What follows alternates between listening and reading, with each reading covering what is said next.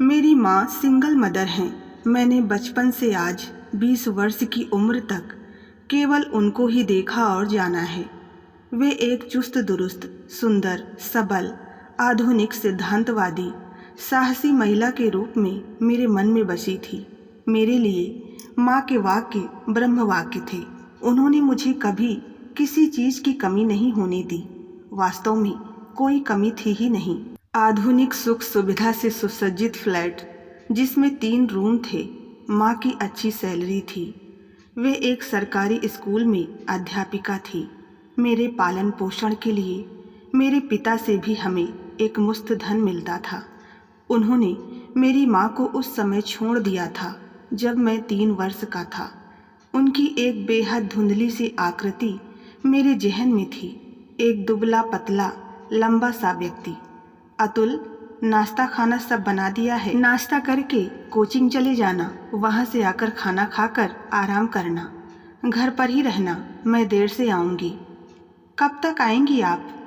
9 बजे तक आ जाऊँगी। तुम कहीं घूमने मत निकल जाना। माँ पास आई। देखो अतुल, तुम्हें ग्रेजुएशन पूरी करके नौकरी के लिए प्रयास करना पड़ेगा। अरे, नौकरी कहीं रखी है क्या मम्मी? मैं हंसा। तुम्हें कठोर परिश्रम करना पड़ेगा, आत्मनिर्भर होना होगा। मेरे पास इतना समय नहीं कि मैं तुम्हारे लिए लंबी प्रतीक्षा करूं। तुम मेरे लिए प्रतीक्षा करना मम्मी। अभी तो मैं केवल 20 वर्ष का हूं। मेरे पास बहस के लिए समय नहीं है। 2 महीने बाद तुम 21 वर्ष के हो जाओगे। तुम्हारी नौकरी और शादी। बस मैं केवल 2 ही बात सोचती रहती हूँ। पिछले 16 साल से नितांत अकेली मैं किस तरह से एक दुधमुहे बच्चे को लेकर इस संसार में संघर्ष करती आई हूँ, यह केवल मैं ही जानती हूँ। तलाक के बाद तुम्हारे पिता से तुम्हारे लिए कोई अपेक्षा करना व्यर्थ है। मम्मी का कंठ भर गया और मैं सचेत हो गया। मैं तुम्हारी परिस्थिति से भली भांति अवगत हूँ माँ।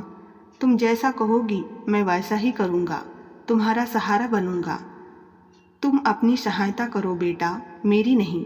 वे हल्के से बुदबुदाई और बैग उठाकर बाहर निकल गईं। मिसेस टीना तोमर, मेरी माँ, आज भी युवा और आधुनिक थी। अच्छे पाश्चात्य वस्त्रों, मेकअप और लेटेस्ट केस विन्यास में वे बेहद सुंदर लगती। यदि उन्होंने जीवन साथी के रूप में किसी को पसंद कर रखा है तो मैं कभी उनके मार्ग में बाधक नहीं बनूंगा। स्त्री का अपना एक व्यक्तिगत जीवन है जिसे वो हर किसी से नहीं बांटती है। मैंने सोचा और मुझे लगा कि अब मैं बड़ा हो गया हूँ। मैं उठकर अपने काम काज में व्यस्त हो गया। रात में माँ देर से घर लौटी। नीचे से उनके हंसने की आवाज़ आ रही थी। मैंने झांक कर देखा। वे कमल अंकल के साथ खड़ी थी। बहुत दिनों बाद उन्हें प्रफुल्लित और बेफिक्र देखा। कमल अंकल उन्हें अपनी कार से छोड़कर चले गए। वे मम्मी के अच्छे मित्र थे। यदि वे दोनों साथ जीवन यापन करते तो मुझे कोई आपत्ति ना थी। मम्मी क्यों एक ऐसे व्यक्ति के लिए ताउम्र अकेली रहें जो उन्हें मझधार में छोड़ गया? मैंने सोचा और लापरवाही से कंधे उचकाए। माँ अंदर आ गई थी। अतुल, कैसा बीता दिन? उन्होंने मुझे लिपटा लिया। अच्छा रहा, आप बताइए। ठीक ठाक था। अरे, ये सब तुम क्या कर रहे हो? आपकी मुश्किल आसान कर रहा हूँ। देखिए, मैंने छोले चावल बनाए हैं, साथ में बूंदी वाला रायता। अरे वाह, मेरा बेटा इतना समझदार हो गया है। लेकिन मैं तो खाना खा कर आई हूँ। ओह, लेकिन आपने बताया ही नहीं। मैं निरुत्साहित हो गया। सॉरी बेटा, लेकिन कोई बात नहीं, मैं कल इसे खा लूँगी। मैं अकेले खाना खाते हुए गुनगुनाती प्रसन्न मम्मी को देखता रहा। मम्मी कमल अंकल के साथ घूमकर लौटने के बाद प्रसन्न रहती थी। मेरे लिए मम्मी क्यों अकेले रहें? उन्हें भी खुश रहने, सजने संवरने और जीवन के अन्य आनंदों का भागीदार होने का पूरा हक है। क्यों एक अकेली स्त्री को बच्चों, परिवार के कारण अपने व्यक्तिगत प्रसन्नता से समझौता करना पड़ता है? हर वक्त उससे ही क्यों एक त्यागमयी नारी बनने की अपेक्षा की जाती है? मैं मम्मी के बारे में अक्सर सोचता था कि किस प्रकार उन्हें एक बेहतरीन जिंदगी दी जा सके। यद्यपि वे किसी भी प्रकार से पीड़ित शोषित ना थी। आर्थिक रूप से हम समृद्ध थे, मनमर्जी के मालिक थे। मम्मी ने भी कई प्रकार के किटी क्लब व सामाजिक संस्थाओं से स्वयं को जोड़ रखा था। फिर वे बिंदास थी, कमल अंकल के साथ बिना संकोच के घूमती फिरती थी, किंतु फिर भी वे अकेली थी। एक दिन उनका मूड अच्छा देखकर मैंने कहा, मम्मी, आप अकेले ही सारे दायित्व का निर्वहन करती हैं। क्या ऐसा संभव नहीं कि आप 1 से 2 हो जाएं? यह तुम क्या कह रहे हो? वे चौंक गई। क्यों, इसमें कैसी शर्म? यदि पुरुष तलाक के बाद दूसरी शादी करने को स्वतंत्र है तो स्त्री क्यों नहीं?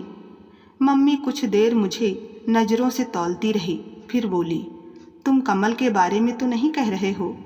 मैं किसी के बारे में नहीं कह रहा था माँ, मैं आपके अकेलेपन के साथी की बात कह रहा था। तुम बड़े हो गए हो, अपने ढंग से सोचते हो, लेकिन बेटा, इस दुनिया में हर किसी को मुकम्मल जहां नहीं मिलता। मैं ऐसी ही हूँ। लेकिन क्यों? आप दोनों एक दूसरे को पसंद करते हैं तो विवाह क्यों नहीं कर सकते? अतुल, तुम्हें जल्द से जल्द अपने पैर पर खड़े होने के बारे में सोचना चाहिए। मेरी चिंता छोड़ो। लेकिन क्यों, बताइए ना मम्मी। मम्मी कुछ क्षण विचित्र निगाहों से मुझे ताकती रही, फिर बोली, यदि मैं दूसरी शादी कर लूँ तो मुझे इस घर से बेदखल कर दिया जाएगा और मासिक 50,000 की निर्वाह राशि भी नहीं मिलेगी।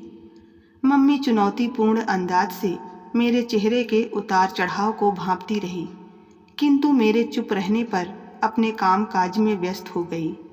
उस दिन के बाद मम्मी मुझसे खुल गई। कमल अंकल के बारे में बेबाकी से बातें करने लगी। कभी कभी उनके साथ दूसरे शहर की यात्रा भी कर आती। उनका हमारे घर में दखल बढ़ने लगा, किंतु मुझे बुरा ना लगता। मेरे लिए माँ का सुख संतोष ही सबसे बड़ी बात थी। फिर मैंने ज़्यादा समय नहीं लिया, रात दिन कठिन परिश्रम किया और लगन पूर्वक अपने लक्ष्य प्राप्ति में जुट गया। दोस्तों और मनोरंजन को दरकिनार किया, मौज मस्ती से एक निश्चित दूरी बना ली और अंततः मैं सफल हुआ। मैंने मात्र 5 वर्ष के अंदर ही ग्रेजुएशन करके कोचिंग के द्वारा बैंकिंग के कई एग्जाम दिए और राष्ट्रीयकृत बैंक में प्रोबेशनरी ऑफिसर के रूप में चयनित हुआ। मेरी पहली पोस्टिंग लखनऊ में हुई। माँ बेहद उदास थी। मेरी पैकिंग करते करते मुझे तरह तरह के निर्देश दे रही थी। मैं आधी बातें सुन रहा था, आधी नहीं। रोमांचित था, उत्साह से लबरेज था। अपने पैर पर खड़ा होने का आनंद ही कुछ और था। आज रात की ट्रेन थी। मम्मी भी साथ आना चाह रही थी, किंतु घर स्कूल का भी दायित्व था। उन्हें मना कर दिया। शुरू में सप्ताह भर होटल में रहने की योजना थी, फिर बैंक कर्मियों के सहयोग से किराए का घर लेता या पेइंग गेस्ट बन जाता। कुछ जरूरी सामान खरीद कर घर में प्रवेश किया तो माँ की आवाज़ कान में पड़ी। वे अंकल से कह रही थी, जिस बात से मैं सबसे ज़्यादा भयभीत थी, वो सब कुछ होने जा रहा है। वह उसी शहर में जा रहा है जहाँ उसके पिता रहते हैं। अरे टीना, उसे कुछ पता ही नहीं है कि वे कहाँ रहते हैं। ना मोहल्ले कॉलोनी की जानकारी है। तुम बेवजह डर रही हो। फिर भी कभी कहीं उनसे भेंट हो जाए तो पहचानेंगे कैसे एक दूसरे को? अतुल की अपने पिता में कोई रुचि नहीं है, अन्यथा तुमसे उनके बारे में पूछता जरूर। क्या पता, खून उबाल मारता है कमल। मैंने ज़्यादा नहीं सुना, खखार कर अंदर आ गया। मुझे देखकर उन्होंने दूसरी बात शुरू कर दी। पहले विषय पर पूर्ण विराम लग गया, किंतु मेरे मन में खलबली मच गई। पापा लखनऊ में रहते हैं। बरसों पुरानी एक विस्मृत तस्वीर जहन में कौंध गई। बेचैनी सी होने लगी।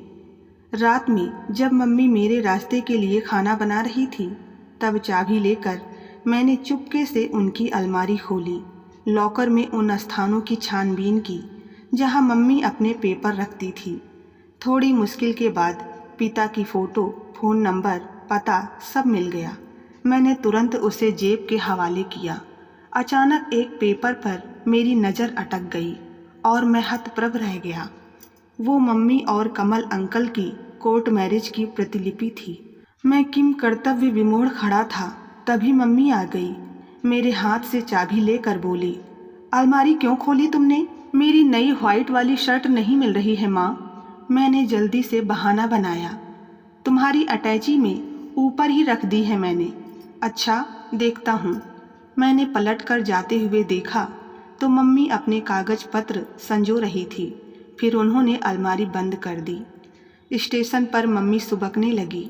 मैं पहली बार उनसे अलग होकर कहीं जा रहा था। मैंने उन्हें समझाया। ट्रेन चल पड़ी। रोती हुई माँ को कमल अंकल ने अपनी बाहों का सहारा दिया और उन्हें लेकर स्टेशन के बाहर चल पड़े। ट्रेन ने रफ्तार पकड़ ली। मैं निश्चिंत होकर टेक लगाकर बैठ गया। मम्मी अकेले ना थी, लेकिन अंतर मन में कुछ दरक सा गया। अपने जीवन की इतनी बड़ी सच्चाई उन्होंने मुझसे छुपा कर रखी। लखनऊ ब्रिटिश ऐतिहासिक इमारतों वाला गोमती नदी के बीच बसा पारंपरिक नगर है। केसर बाग स्थित होटल बहुत महंगा न था। मैं बैंक आने लगा। लोग अच्छे थे।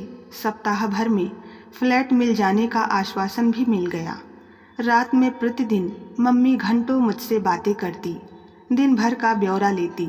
मैं उनसे बात करते करते सो जाता। आज पहला संडे था। मुझे देर तक सोने की आदत नहीं थी, किंतु आज मेरी आंखें देर से खुली। चाय पीते पीते मैंने वे पेपर निकाले जो मम्मी की अलमारी से चुराए थे। पता देखा और पिता की तस्वीर देखने लगा। दुबले पतले प्रभावहीन व्यक्ति जो किसी रूप में मेरी सुंदर माँ के योग्य ना थे, किंतु उन्होंने एक छोटे से बच्चे के साथ उन्हें घर से निकाल दिया, तलाक दे दिया। मेरी माँ बेसहारा पुत्र के साथ न्याय की आस में संघर्ष करती रही और अंत में कोर्ट के द्वारा बच्ची की परवरिश के लिए गुजारा भत्ता और एक फ्लैट मिला। माँ को ठौर मिल गया। बाद में वे भी नौकरी करने लगी। जिंदगी ठिकाने लग गई। इनसे मिलना होगा, वर्षों पुराना हिसाब चुकता करना है। मैं बुदबुदाया। नहा धोकर नाश्ता किया और टैक्सी करके तिवारीगंज की ओर चल पड़ा। ठीक स्थान पर पहुंच गया। पुराने पारंपरिक ढंग से बने मकान कतार से खड़े थे। वह एक पुराना आलीशान बंगला था, लेकिन रख रखाव के अभाव में विदीर्ण हो चला था। वर्षों रंग रोगन का मुंह न देखने वाला बंगला बेतरतीबी से उगे पौधों और कुछ वृक्षों वाले एक घने बगीचे से घिरा था। मुझे विचित्र अनुभूति हो रही थी। मैंने साहस करके बेल बजा दी। आज संडे है, जरूर सभी घर पर होंगे। मुझे तो पता ही नहीं था कि घर पर कौन कौन है। जरूर मम्मी से संबंध विच्छेद के बाद पापा ने दूसरी शादी कर ली होगी। कई मिनट बाद दरवाज़ा खुला। सामने पापा ही थे। लंबे दुबले पतले रुग्ण, कुछ उदासीन से लग रहे थे। शेव बढ़ी हुई थी। पजामा कुर्ता पहने वे कहीं से भी मेरी सुंदर माँ के समकक्ष नहीं लग रहे थे। कौन हो तुम? पापा के चेहरे पर जिज्ञासा उभरी। मैं अतुल, श्रीमती टीना तोमर का बेटा। अरे अतुल, पापा मेरे गाल पर हाथ सहलाते हुए नम आँखों से बोले, कितना बड़ा हो गया है तू। फंटूस बुलाता था मैं तुम्हें, अंदर आओ। एक वीरान चेहरे पर बहार आ गई। माँ देखो, फंटूस आया है। मैं अंदर आ गया। घर में सब कुछ था, लेकिन गृह स्वामिनी की उदासीनता से सब बिखरा और असंयोजित था। पापा जैसी दुबली पतली दादी भी थी। व्हील चेयर पर बैठे दादाजी के भी दर्शन हुए। मैंने सबके पैर छुए। सब मुझे देखकर खुश थे, किंतु बेजान से थे। घर, वातावरण, घर के सदस्यों के चेहरे पर अस्थायी वीरानी छाई थी। मैंने इधर उधर देखते हुए प्रश्न किया, और कौन कौन है दादी? बेटा, हम 3 ही हैं घर में। माँ को छोड़ने के बाद पापा ने दूसरी शादी नहीं की? मैंने पापा की ओर देखकर कहा। मेरे स्वर में तलखी थी। नहीं, किंतु मैंने तुम्हारी माँ को नहीं छोड़ा। माँ, आप फंटूस के साथ बैठिए, मैं चाय बना लाता हूँ। पापा किचन में चले गए। 2 जोड़ी वृद्ध असहाय एकटक देखती बेंधती आंखें। वे निगाहें जैसे मेरी आत्मा में उतरी जा रही थी। मुझे बेचैनी सी हुई। अचानक दादी ने पूछा, तुम्हें टीना ने यहाँ आने से नहीं रोका? दादी, उन्हें नहीं पता कि मैं यहाँ आया हूँ। कैसी है वो, और तुम क्या कर रहे हो बेटा? वर्षों बाद तुम्हें देखकर हम सबको बहुत खुशी हुई। तुम्हारे दादाजी लकवा के शिकार हैं, ठीक से बोल नहीं पाते। हम सब ने तुमसे मिलने की आस छोड़ दी थी। दादी, मुझे बैंक में जॉब मिल गई है, यहीं आपके शहर में। माँ ने बहुत कष्ट उठाए, अकेले मुझे पाला पोसा अपने साहस सामर्थ्य से। आप सबने भी तो कोई खोज खबर नहीं ली। वैसे मम्मी ठीक हैं। दादी चुपचाप मुझे देखती रही, फिर बोली, बहू ने कोर्ट से ऑर्डर लिया था कि तुम्हारे पिता यदि तुमसे मिलने की कोशिश भी करेंगे तो वह उन पर केस कर देगी। क्यों? मैं व्याकुल हो गया। तुम्हारी माँ ने कोर्ट से इजाज़त ले रखी थी। उसने तुम्हारे पिता को खतरनाक, मानसिक रोगी और हिंसक बताया था। उसने बताया कि तुम्हारे पिता तुम्हारी माँ को मानसिक, शारीरिक रूप से भयंकर प्रताड़ना देते हैं। उसने डॉक्टर कमल द्वारा बनाई झूठी मेडिकल रिपोर्ट कोर्ट में दर्ज की थी, जिसमें तुम्हारे पिता के शारीरिक मानसिक दशा का वर्णन है। दादी अनवरत बोल रही थी। दादी, आप यह सब क्या मनगढ़ंत कहानियाँ सुनाकर मेरी माँ का चरित्र हनन कर रही हैं? मैं क्यों झूठ बोलूँगी बेटा, सब सच है। तुम्हारी माँ ने केवल फ्लैट और रुपयों के लिए मेरे सीधे साधे पुत्र से शादी की थी। उसका डॉक्टर कमल से विवाह पूर्व का रिश्ता था। रूप रंग में सीधे साधे मेरे बेटे से उसकी पटरी नहीं बैठी, वह उसे रास नहीं आया। सो झूठी कहानियाँ गढ़कर उसने तुम्हारे पिता से संबंध विच्छेद कर लिया।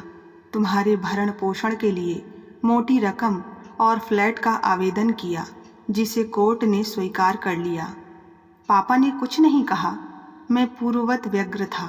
दहेज प्रताड़ना और घरेलू हिंसा का ऐसा भय तुम्हारी माँ ने मेरे डरपोक बेटे को दिखाया कि वो वैसा ही करता गया जैसा वो कहती गई। मैं निःशब्द बैठा रह गया।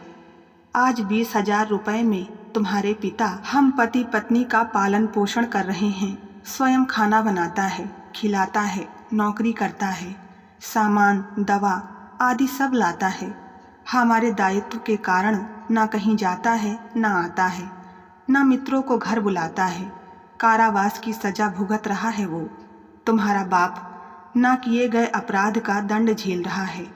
दादी धीरे धीरे सिसकने लगी ताकि पापा उन्हें ना सुन लें। मैं हतप्रभ बैठा था। मुझ में इतनी हिम्मत ही नहीं बची थी कि मैं दादी को दिलासा देता। मैंने तुम्हें सब कुछ बताया क्योंकि तुम्हारे पिता अपने मुंह से तुम्हें कुछ नहीं बताएंगे। दादी ने वार्तालाप में पूर्ण विराम लगाया क्योंकि पापा ट्रे में खाने का बहुत सारा सामान लेकर मुस्कुराते हुए अंदर आ रहे थे। माँ की आंखों के आंसू देखकर उन्हें डपटा।